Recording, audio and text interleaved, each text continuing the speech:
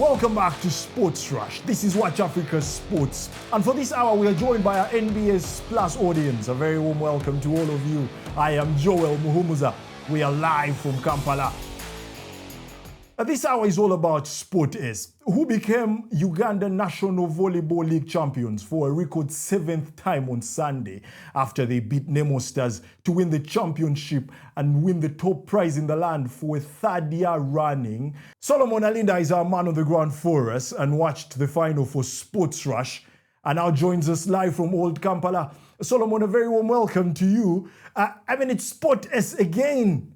Well, Joel, first of all, welcome to our audience from NBS Plus. It's a pleasure for you to join us. Like you mentioned in the introduction there, Brightest have won a 7th record time championship of the Uganda National Volleyball League, their 3rd in a row, after beating Nemo Stars in the final. They clinched victory with a dominant display in Game 2 of the playoff, winning all 3 sets that were played in front of a raucous crowd here in Old Kampala. 25-20, 25-19, 28-26 respectively, it finished.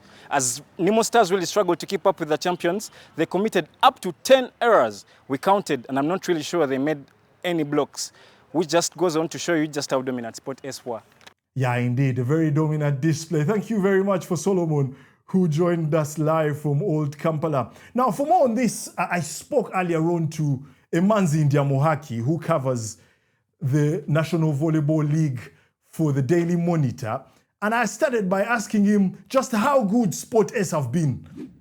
Very good, very good. If you look at how they managed to win the title, even with the challenges that they had some critical injuries, they had some departures from that team.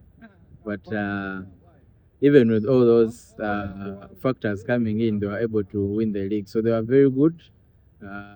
They were the best team in the regular season. Managed to sweep through the semi-finals and also swept through the finals. So I think that just tells you how good they've been. They lost 2 games in the regular season, and those are the only games that they've lost the entire campaign, and that might tell you just how good they've been. In the middle of the season, I think midway, they lost middle blocker Emma Okia, who had surgery and could not play the rest of the season.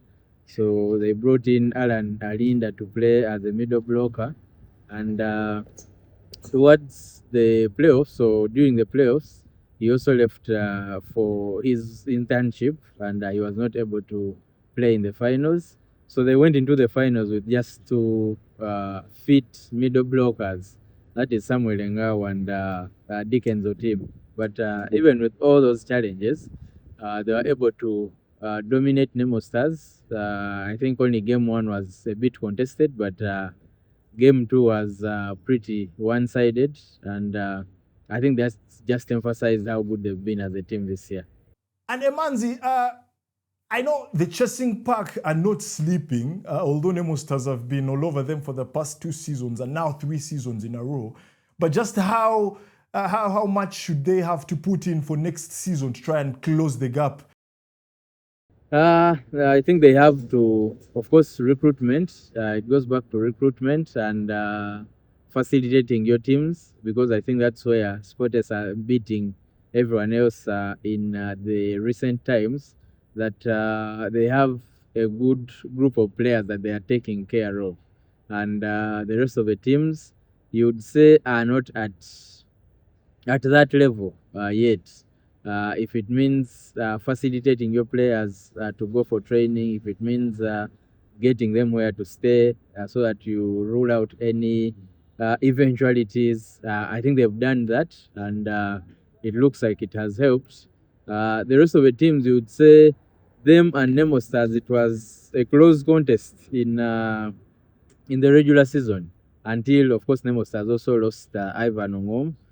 I think with him in the finals, they might have been different, because he was their opposite and the person that is charged with scoring most of the team's points.